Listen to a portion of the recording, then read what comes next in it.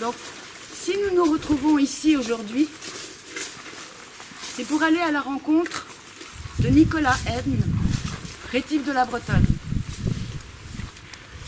Et lorsqu'on cherche à approcher la vie de quelqu'un, on parcourt un espace et le temps au fil de la vie qui passe. Pour Rétif, ce parcours, cette marche, ira d'ouest en est, de la porte là-bas vers la porte là-haut. Il faudra aussi être attentif aux petites résonances qui parviennent jusqu'à nous, qui remontent à travers les trouées du temps. Ici, au 115, Grande Rue, que Nicolas Rétif appelait la maison de la porte là-bas.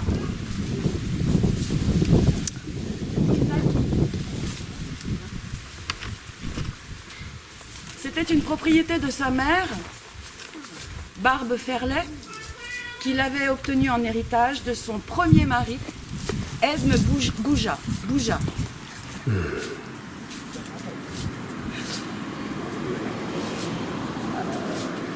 Et donc, elle l'obtient en 1733. Et un an plus tard, Nicolas Rétif est né.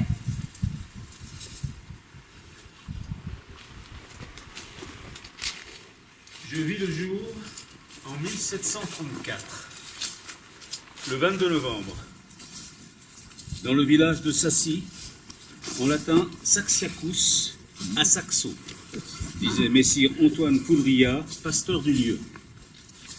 En effet, tout le finage de mon pays natal est hérissé de pierres calcaires, aisément exfoliées par le labourage sur un sol où la terre végétale n'a que 2 à 3 pouces d'épaisseur. Mon père s'est marié 2 fois. La première avec Marie Dondaine, dont il eut 7 enfants. La seconde avec Barbe Ferlet de Berthaud. Il en eut également 7 enfants, dont je suis le premier. Je fus nommé au baptême par Edme Nicolas, fils aîné du premier lit, au nom de Nicolas Ferlet, mon aïeul maternel, et par Anne, première-née de tous les enfants, au nom et comme représentant feu Anne-Marguerite Simon, ma grand-mère maternelle. Le vieillard ne put se rendre à Sassy à cause du mauvais temps. Je fus nommé Nicolas Anne Edme, mon père voulant que son nom fût le dernier.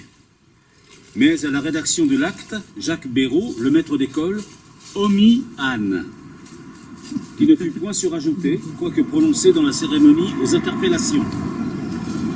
Il fut ordonné par mon père que mon nom appellatif serait Nicolas. C'est un très beau nom, composé de 2 mots grecs, Niké, victoire, et Laos, peuple. Il signifie par conséquent vainqueur ou dominateur des peuples. Concitoyens lecteurs, il est peu de vos écrivains polis, de vos jolis versificateurs, qui puissent vous apprendre ce que je vous apprendrai. Lisez-moi avec courage, malgré mes détails enfantins, car ils sont nécessaires, et vous verrez, après m'avoir lu, que vous saurez des choses dont vous ne vous doutiez pas. Je n'ambitionne point, comme vos dramatistes et vos philosophes, de vous étaler de grandes vérités que vous savez. Je laisse tout cela autant qu'il est possible.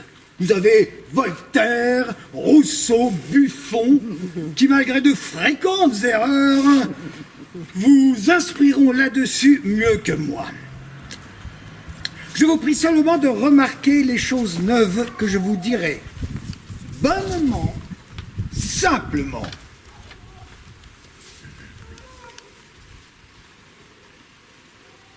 Songez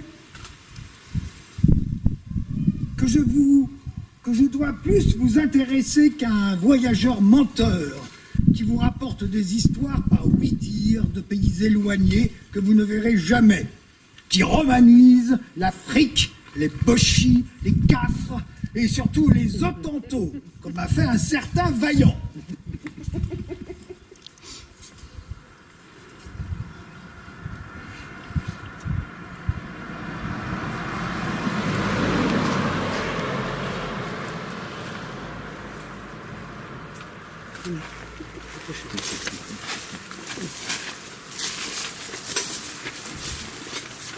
Moi,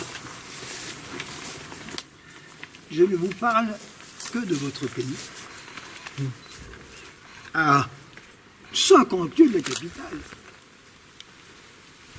Je ne dis que ce que j'ai fait et vu, et dont je suis sûr. Lorsque j'en serai à parler du pays où vous êtes, vous comparerez avec ce que je dis à présent, et vous serez en état de juger par vous-même de ma scrupuleuse véracité. Puissé-je conduire librement cet important ouvrage à sa fin? Puissé-je laisser à mon siècle ce monument unique, comme je lui ai donné les contemporaines en 65 volumes? Comme j'ai laissé le paysan paysanne perverti, comme je laisserai les nuits de Paris. Chers concitoyens, puissé-je terminer le 6e et dernier volume des idées singulières? Je mourrai content quand j'aurai tout achevé. Ce 18 mai 1784, au milieu des craintes et des menaces relatives à mon paysan-paysanne avec figure. Marguerite, vous allez donc vous marier? Que le mariage, il faudra me le dire. Je ne le dirai pas à un autre, répondit Marguerite. Mais à vous, je le dirai. Nous changeâmes ensuite de conversation. Je vis marier Marguerite le surlendemain, en noir, car tel est l'usage dans toutes les campagnes, que l'habit des noces, sans aucun changement, y sert aussi pour le deuil.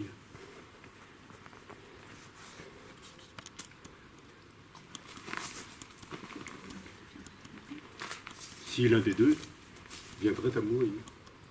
Toute la différence est que la mariée porte des rubans à sa bavette et une ceinture rose, au lieu que les jeunes filles ou nymphes n'en ont qu'à leur bavette, et qu'elles sont en couleur ou en blanc, suivant qu'elles ont un habit. Je vis marier Marguerite, et je la trouvais très jolie. Les paysans ne se marient chez nous qu'après les semailles, entre la Saint-Martin et les Avents. La cérémonie autrefois ne se faisait pas dans l'église, mais à la porte appelée des épousailles. Elle est aujourd'hui murée. Et mon père ainsi que ma mère sont enterrés au pré, comme je l'ai dit du père et de la mère d'Edmond dans Le paysan perverti. Et puissais-je reposer un jour sous une tombe où seront inscrits les titres de mes ouvrages. L'église de Sassy, comme nous venons de le voir, était un lieu important à l'époque, dans la vie du village. L'époque de sa fondation reste incertaine. Pour nous, l'histoire commence au XIIe siècle. Et vous avez une première partie de l'église jusqu'au clocher qui date du XIIe siècle et qui relève de l'art roman. À partir de la nef transversale et puis le chœur, on passe au XIIIe siècle avec l'art gothique. Le nom de cette église, Saint-Jean-Baptiste, témoigne de la forte présence des moines, des chevaliers hospitaliers à l'époque, qui lui ont donné le nom de leur saint patron, Jean le Baptiste, qui baptisa Jésus. Carré avec des arcades aveugles, et ça permet de monter le haut du clocher sous cette forme octogonale. Maintenant, si nous pouvions rentrer à l'intérieur, ce qui n'est pas toujours le cas, vous remarqueriez une différence de lumière entre la partie romane et la partie gothique. Sauf que ça n'existait pas à l'époque. La même lumière partout. Et nous le devons à l'idée discutable d'un architecte du XIXe siècle qui a donc décidé de rehausser les travées et qui, pour parvenir à finaliser son projet, a tout simplement condamné les vitraux de la nef. Enfin, vous avez certainement entendu une voiture passer. Mais Rétif vous a dit tout à l'heure qu'il aurait aimé souhaiter reposer près de la porte des épousailles. Elle était déjà condamnée à l'époque. Et ça veut dire qu'ici même où nous sommes, autour de cette église, se trouvait le cimetière du village. Peu à peu, les habitants se relayant, le cimetière a été déporté vers une colline, vers la porte là-bas.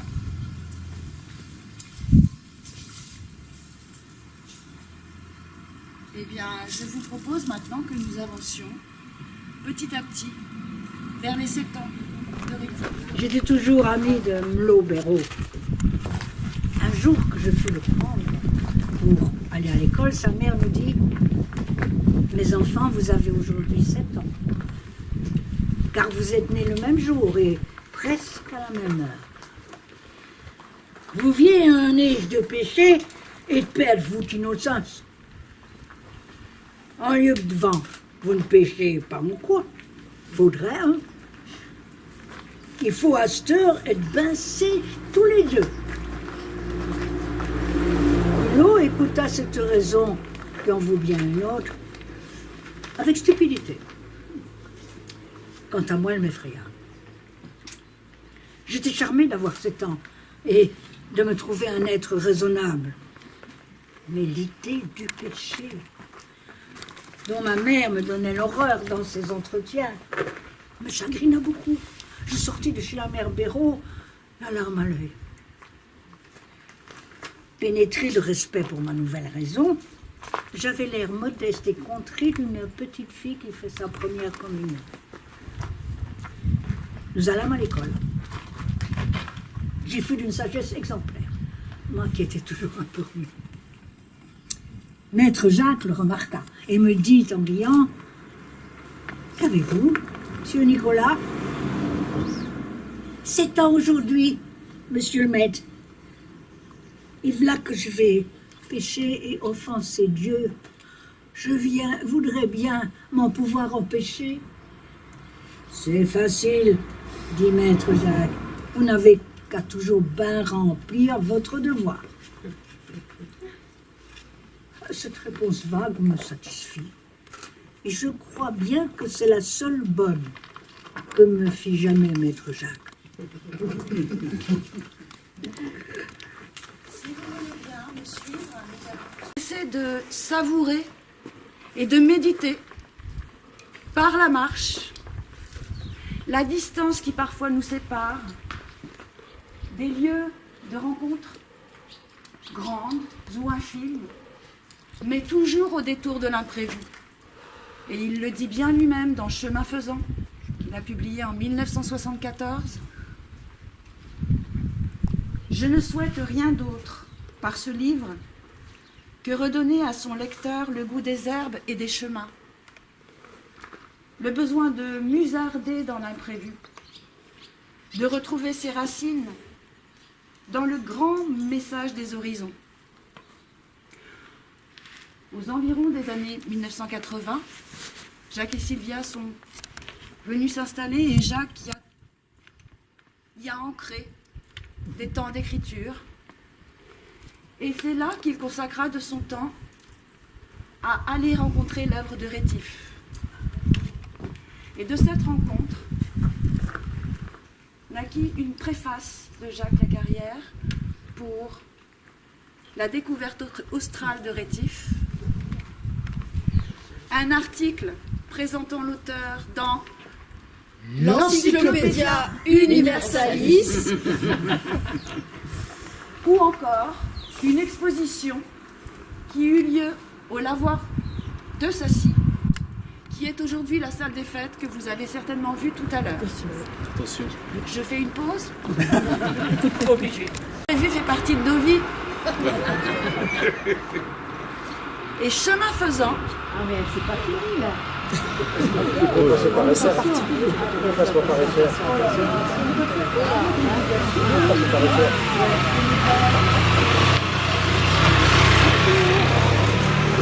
chemin faisant, il existe des amitiés. Et c'est ainsi que Jean-Paul Roussillon et Catherine Ferrand, grands comédiens sociétaires de la Comédie Française, se sont arrimés aux 74 Grandes Rues, venant partager La mauvaise heure. venant partager avec Jacques et Sylvia ces petits brins d'herbe et ces grands moments de retrouvailles. À chaque entrée et sortie du village, peu importe, vous choisirez,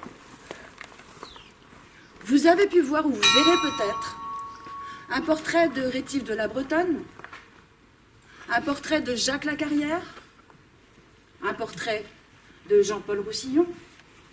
Mais si vous cherchez Sylvia ou si vous cherchez Catherine, en musardant par ici, peut-être que vous les apercevrez. Mais armez-vous de patience, parce qu'elles vont et viennent dans les messages des horizons. S'il vous plaît, Une des deux. J'avais 8 ans lorsque mon père quitta la maison de la porte là-bas, qui appartenait à mon frère utérin, Bouja, pour aller demeurer à la Bretonne, où était un fermier.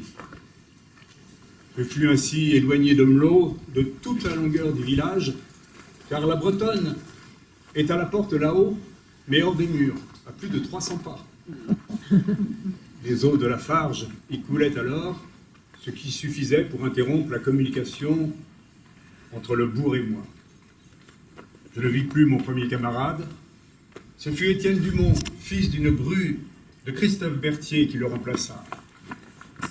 Celui-ci, devenu mon plus proche voisin, m'inspira des sentiments plus vifs, plus durables. vous l'avez constaté, c'est à l'âge de ses 8 ans que le chemin de Rétif bifurqua à Sacy. On a perdu du monde. La prochaine fois, c'est 3 heures de colle. On n'avait pas compris. Et on espère qu'il n'y aura pas de prochaine fois. Comme vous l'avez donc tous constaté, c'est ici, à l'âge de ses 8 ans, que le chemin de Rétif bifurqua dans Sacy. Je vous propose de vous avancer pour pénétrer un peu plus loin dans cette rue de la Tour, pour aller voir, découvrir le regard qu'il portait un petit peu sur le monde de son époque. Alors, ici, je voudrais vous attirer votre attention sur 2 images. Et peut-être, si vous êtes assez près, vous pourrez d'emblée remarquer des ressemblances. Alors, l'image de droite, c'est une représentation de Rétif de la Bretonne qui apparaît donc sur la page de titre des Nuits de Paris, encore appelé le spectateur nocturne, incarné ici par Rétif lui-même. Alors il faut savoir que donc c'est une gravure réalisée par Louis Binet, mais sur la commande de Rétif, qui décidait de toute l'illustration de son œuvre. Il disait lui-même: depuis 9h du soir jusqu'à 11h, je me promène dans les rues de cette vaste capitale. sous le voile épais de l'obscurité. Je rêve, j'observe. C'est le temps de mes études. D'autres vont contempler à la campagne la nature végétante. Moi, je contemple ici la nature vivante, résonnante et souvent délirante. On voit déjà ici son intérêt pour la réalité. Mais il rajoute que d'autres peignent ce qui arrive le jour. Moi, je vais crayonner les iniquités nocturnes. Que de choses à voir lorsque tous les yeux sont fermés. Citoyens paisibles, j'ai veillé pour vous. J'ai couru seul les nuits pour vous. Pour vous, je suis entrée dans les repères du vice et du crime. Si vous observez bien cette image, eh bien vous remarquez à l'arrière-plan deux représentations de ces crimes. Ici, vous assistez tout simplement à l'enlèvement de jeunes filles. Et là, à des voleurs crochetant une porte. Et c'est donc cet observateur nocturne qui arrive en se représentant de cette manière et reprenant donc cette représentation qui est traditionnelle au XVIIIe siècle et qui est reprise sous différentes variantes et qui représente donc un paysan surmonté d'un coq. Et dans la tradition donc, des caricatures hollandaises d'où sont inspirées ces représentations, eh bien l'image est associée à un texte et le titre en est « Né pour la peine ». Donc vous avez ici un extrait du livre de Job qui, de manière complète, est « Né pour la peine comme les oiseaux pour voler ». Sur le bas de l'image, le texte ici récapitule tous les fruits du travail difficilement acquis, mais qui restent sous la menace du collecteur d'impôts. Et donc, à travers cette image, eh bien, c'est une revendication à la reconnaissance du monde paysan. Et le fait donc que Rétif de la Bretonne reprenne cette imagerie réaffirme non seulement son intérêt pour la réalité, aussi crue qu'elle soit, mais aussi cette image d'un ancrage paysan allant, comme une figure de l'étranger si répandue au XVIIIe siècle, observer les mœurs de Paris. Donc, ce monde paysan est resté pour lui une attache profonde, un idéal. Et je vous invite maintenant à voir un petit peu ce qu'il a pu en voir, ce qu'il a pu en dire. Suivez-moi. Tiré par les cris et les rires de la jeunesse, je courais à la prière. Où je trouvais à jouer à l'escarponnette, à la chèvre, à la belle-mère, ensuite à la pucelle. Et dès que l'obscurité empêchait d'y voir, au loup, quand il y avait de grandes filles. La pucelle était un jeu fort amusant qui affectait les formes dramatiques. On couvrait une jeune fille, qui était la pucelle, des tabliers de toutes celles qui étaient du jeu, ainsi que des chemisottes aux vestes des garçons, jusqu'à ce que le tout formât une sorte de pyramide. On assiégeait ensuite la tour, enfin les garçons. Les filles l'entouraient et la défendaient. Les portes d'Ondaine sont-elles ouvertes? A-t-elle sa robe verte? Non, elle est cachée, la tante éplorée. Nous la voulons l'épouser par mariage. Non, non, mariée, vous la battrez avec rage. L'adresse des garçons consistait à enlever, sans qu'une fille les touchât, tout ce qui couvrait la pucelle. Alors, elle leur appartenait, et les filles se lamentaient en disant « Comme la rose effeuillée, elle sera bientôt. Comme la prune secouée, elle sera mangée par le rabousio. La pauvre infortunée, elle sera fanée. Comme la fleur de choquerio, quittant les rouées. la livrait au garçon. On laissait un espace entre les deux sexes. La pucelle était amenée au milieu. Elle joignait les mains en suppliant et, regardant les filles, « Oh, m'abandonnerez-vous? Et suis-je livré? C'est votre destinée. Il faut suivre l'époux, mais vous serez pleuré toute l'année en entendant les coups. » elle poussait ensuite des cris de douleur et l'une d'elles éparpillait les cheveux de la pucelle. Alors, les garçons s'avançaient, l'environnait. Elle se mettait à genoux en élevant les mains.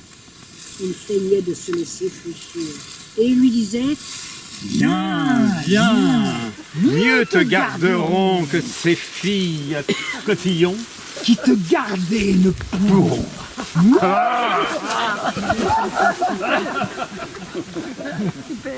La pucelle se levait et donnait la main à celui des garçons qui lui plaisait.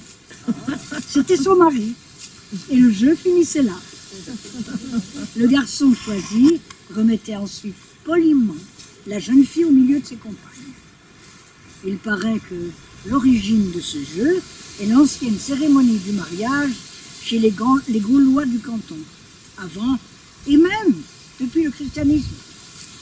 Ce jeu est absolument sexy aujourd'hui, ainsi que tous les autres. Frères, tous les trois à marier, c'est moi qui suis le plus jeune, c'est moi qui dois commencer. Marie-Rac, qui voudra, j'aime celui qui m'aime, Marie-Rac, qui voudra, j'aime celui qui m'aimera. J'aperçois une demoiselle, je m'en vais la saluer. Venez avec moi, mademoiselle, venez avec moi danser. Marie-Ra, qui voudra, j'aime celui qui m'aime, Marie-Ra, qui voudra.